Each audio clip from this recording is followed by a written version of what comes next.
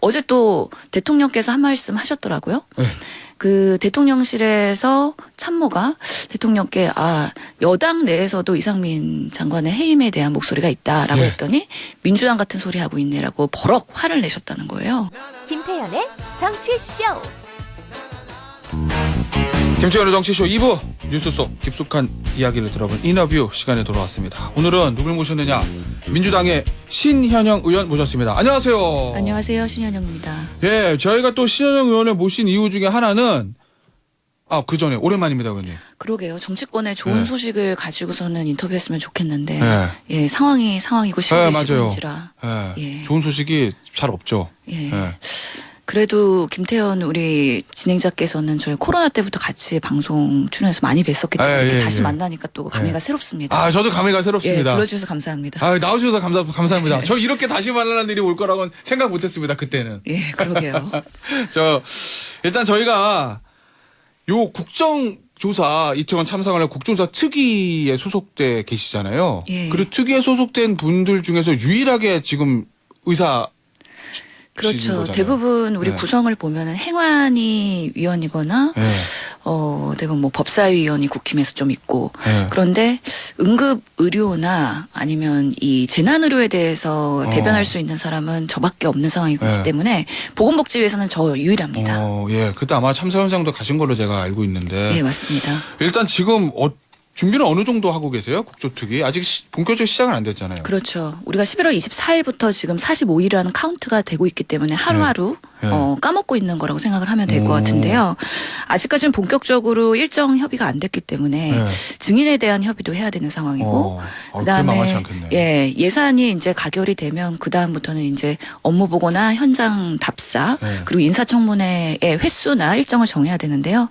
아직 본격적으로 시작이 안 됐기 때문에 사전 조사 예비 준비 기간이기 때문에 저희끼리는 계속 모여서 야당에 대한 국정조사 방향이나 그다음에 업무 분담 이런 부분에 대해서는 계속 논의 중이고 있습니다. 알겠습니다. 의원님은 개인적으로 어느 쪽에 좀 포커스를 맞추고 계세요? 국정조사 여러 곳을 조사해야 되니까 그래도 의원님이 의사시고 하니까 저는 좀 다른 어떤 분의 쪽에 포커스를 맞추고 계신지 궁금해서 제가 여쭈는 거예요. 결국에는 이 사건에 대한 유가족의 시각이 되게 중요하다고 생각을 하는데요.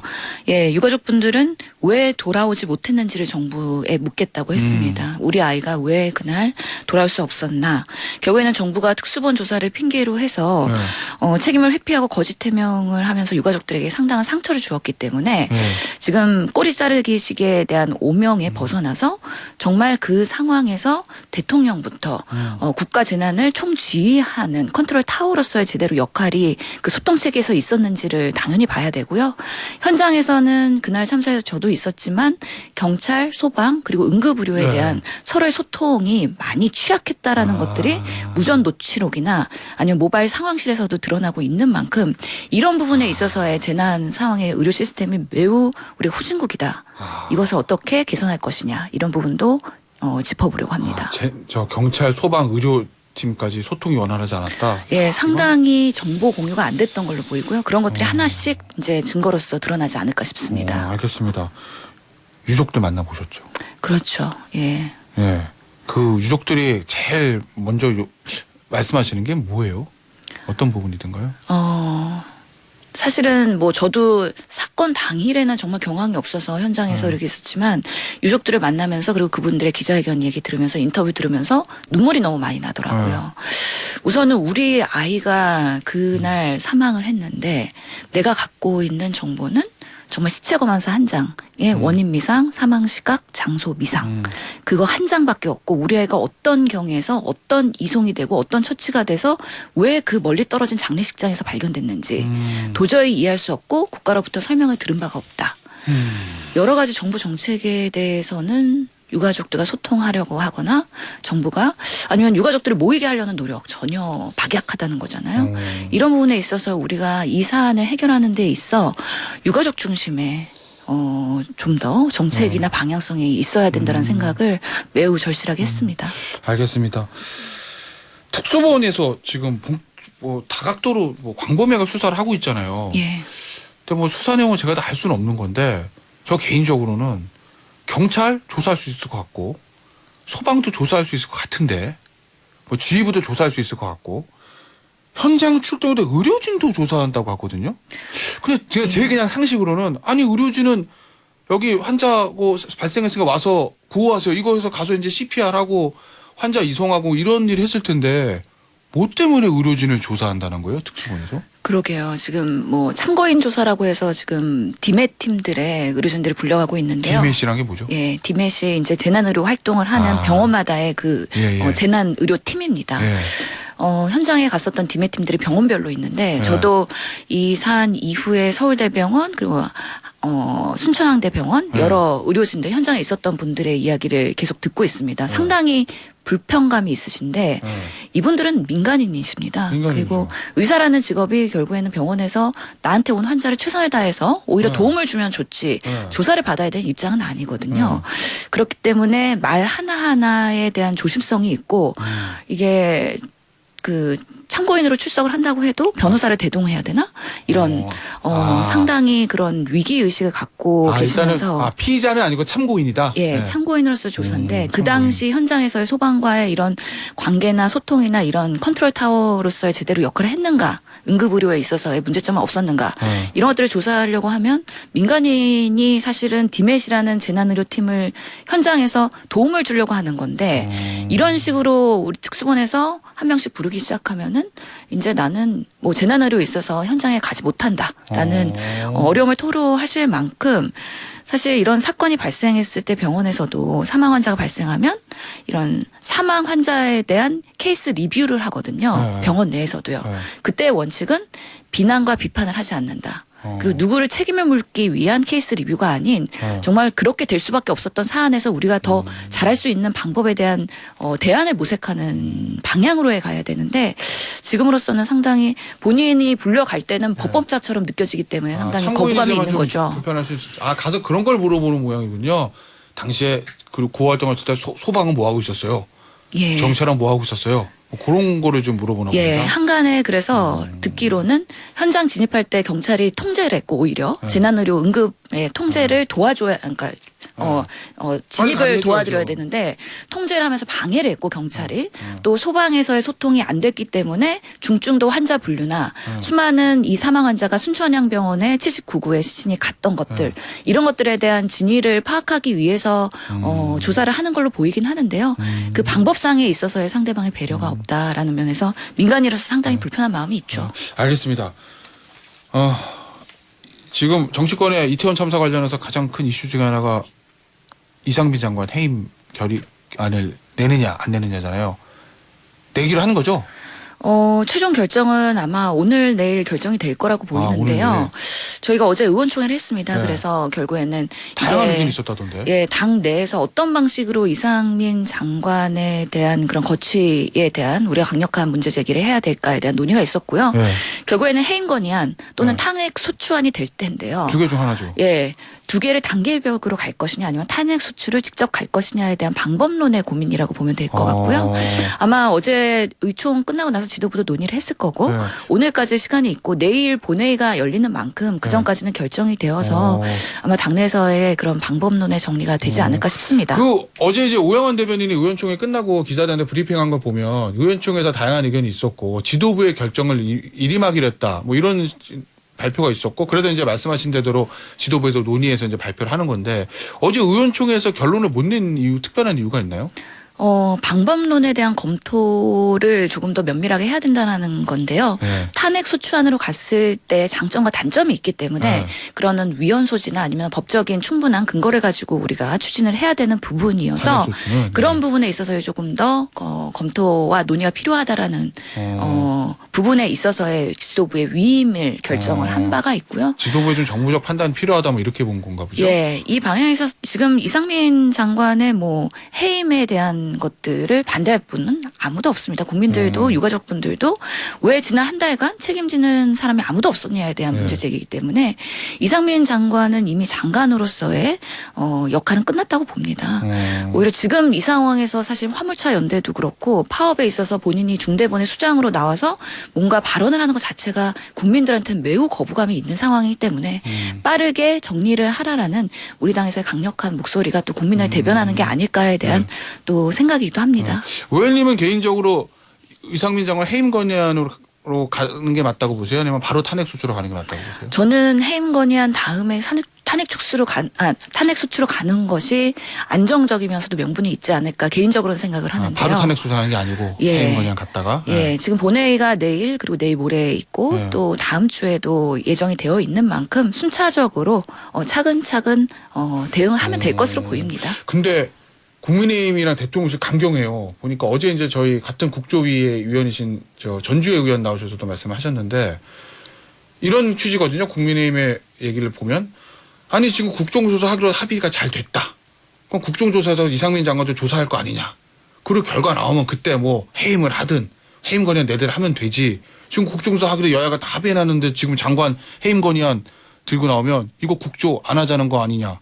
우리는 보이콧 할 수 있다. 어제 그러시던데. 저도 인터뷰를 봤는데 네. 실제로 지금 국민의힘은 억지로 끌려 들어와서 국정조사에 합의를 한 것이죠. 네. 안 할 수 없는, 안 했을 때 역풍, 여론의 비난 이런 것들 때문에 어쩔 수 없이 들어왔는데 또 뭔가 면피하기 위한 계속해서의 빌미를 찾는 게 아닌가 싶고요. 아, 국조 하기 싫은데 했으니까 빠져나가기 위한 명분. 그럼요. 특히나 윤 대통령께서 국정조사를 찬성하셨던 것도 아니고 네. 주영 원내대표께서 여차여차 해서 네. 합의를 해서 리더십의 위기를 보지 않았습니까? 그러면서 여러 가지 명분들을 쌓아야 되는데 또 이참에 이상민 장관의 그런 해임에 대한 것들을 빌미로 하는 걸로 보이고요. 네. 실제로 지금 국정조사하는 것과 이상민 장관의 해임은 전혀 관계가 없습니다. 저희가 여야 합의 원내대표의 합의문에도 그런 내용은 전혀 없고 국정조사 계획서에서도 이상민 장관이 그대로 유지하는 전제하에서 국정조사를 해야 된다라는 명분 근거는 전혀 없습니다. 이거와 결부시키는 것 자체가 논리가 부족하다라고 생각을 하기 때문에 당당하게 임하셔야 된다고 생각을 하고요. 어제 또 대통령께서 한 말씀 하셨더라고요. 네. 그 대통령실에서 참모가 대통령께 여당 내에서도 이상민 장관의 해임에 대한 목소리가 있다라고 예. 했더니 민주당 같은 소리 하고 있네라고 버럭 화를 내셨다는 거예요. 그런. 예, 어제 보도였었나요? 기사화됐습니다. 아, 예. 그래서 저희가 민주당 같은 소리 하고 있네라는 거 자체가 정말 예전에 EXX라는 우리가 모욕을 받으면서까지 사실 지금 국회에서의 여야 소통을 하고 있는데 그 정도의 비슷한 모욕이라고 생각을 하고 대통령께서 이렇게 버럭하시니까 주변에서 정말 쓴소리를 하거나 직원직설하는 사람이 아무도 없구나. 그렇기 때문에 벌거벗은 또 임금님이 되는 거 아니냐에 네. 대한 상당한 우려를 느낄 수밖에 없습니다. 동아일보 단독 보도네요. 윤 대통령 이상민 장관 사퇴 건의에 민주당 같은 소리 하냐 이런 얘기를 했다는 동아일보의 보도 내용이었고 자 그런데요. 탄핵 해임 건의안 발의하면 무조건 통과가 되죠. 의석수가 많으니까. 근데 대통령은 무조건 거부를 할 거란 거는 명확한 사실이잖아요. 뭐 그럴 그러면 가능성이 상당히 높죠. 네, 실질적 효과는 없을 거고. 괜히 만약에 그래서 국민의힘이 야 우리는 이제 이렇게 되면 국정조사 못 하겠어. 아까 보이콧 해버리면 그러면 반쪽짜리 국정조사가 돼서 이게 민주당한테 좋은 건지 안 좋은 건지 제가 그게 궁금해가지고. 지금 우선은 유족 특히 고 이지한 아버님께서 인터뷰하셨을 때 이런 말씀하셨어요. 네. 오히려 책임져야 될 사람이 책임을 지지 않고 네. 윤 대통령이 이상민 장관의 어깨를 탁탁 두들기면서 격려해줬다에 대해서 비판을 하셨거든요. 만약에 해임 건의안을 대통령이 거부한다. 네. 이 부분에 대해서 유가족들과 국민들께서 어떻게 생각하시는지에 대해서 상당한 정부 여당의 고민은 필요할 거라고 보이고요. 부담이 될 거다. 정부 예, 입장에서는. 처음에 저희가 국정조사 요구를 시작할 때부터 여러 가지 시나리오를 생각했습니다. 네, 우선 그럴 여야가 수 있죠. 합의가 안 될 경우에도 야당이 추진한다. 그리고 야당이 추진하다가 국힘이 어쩔 수 없이 들어올 것이다. 네. 그리고 처음부터 순조롭게 합의해서 같이 시작하는 방법. 네. 세 가지 시나리오를 우상호 위원장이 말씀하셨었거든요. 지금은 이제 세 번째가 된 거죠. 그렇죠. 일단은. 여야 합의로 들어오긴 했는데 뭐 여러 가지 예산 이제 합의를 잘 안 하려고 하면서 파행을 하고 계시거든요. 국힘이.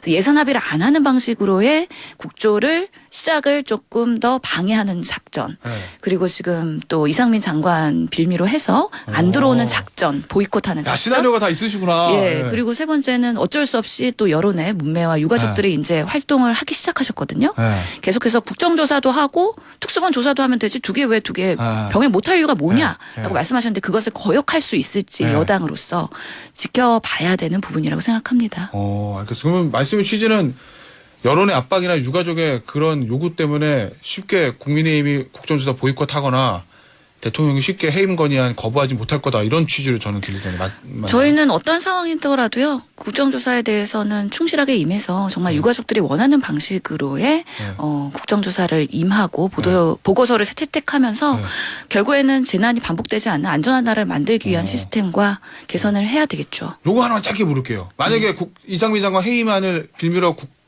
국민의힘이 국정조사 보이콧하면 민주당 단독으로도 한다 안 한다? 저희는 45일에 대한 국민과의 약속을 충실하게 지킬 거고요. 특히 유가족들과도 국조위원들 간담회를 통해서 어떤 방식으로 국정감사를 할 건지에 대한 취지도 따박따박 준비하겠다는 말씀으로 가름하겠습니다. 알겠습니다.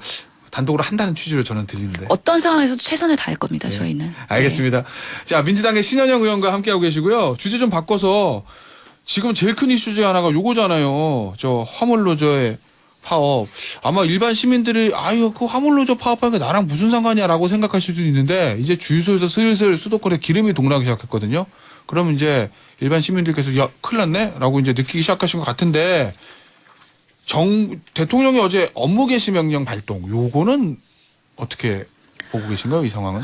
상당히 안타깝죠. 결국에는 지금 대한민국의 반으로 갈라지고 있는데 대통령이 하여튼 취임하고 이후에는 국회에 오셔서도 협치 얘기를 안 하시고 이제는 업무 개시 명령하면서 초유의 사태가 발생하면서 국민들과 싸우자라는 메시지로 읽히거든요.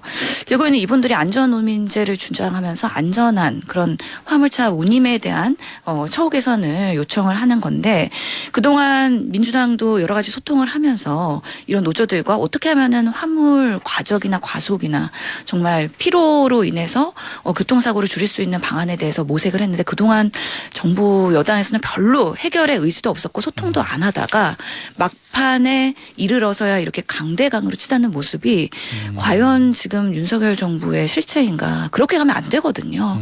어떻게든 소통하고 해결하려는 의지를 보이고 어떤 부분에 대한 처우 개선을 약속해야 될지에 대해서 능력을 보여주셔야 되는데 그렇지 않고 계속 윽박지르는 모습으로 계속 노조를 대하는 모습이 대한민국에서는 정말 극과 극으로 가는 모습들이 참 우려스럽다는 말씀드립니다. 근데 이제 대통령이 보니까 불법 파업이다. 대통령의 시각은 법과 원칙을 지켜야 된다. 노뿐만 아니라 사도 법과 원칙을 지켜야 노사관계가 정립된다. 이런 입장을 어제도 밝혀주셨는데 그 대통령 그런 입장에 대해서 어떻게 생각하시나요? 대통령이 검찰총장의 출신으로서 아주 그냥 사법에 대한 부분은 너무 명명백백하게 잣대를 들이댔는데 대통령 그리고 우리의 정치는 법보다도 정말 정치적인 영역에서 갈등과 그런 문제들을 조정하고 중재해야 되는 역할이라고 봅니다. 아직 그 검찰총장 출신으로서의 그런 역할에서 벗어나지 못한 그런 좁은 시각에서의 그런 메시지지 않는가 싶고요.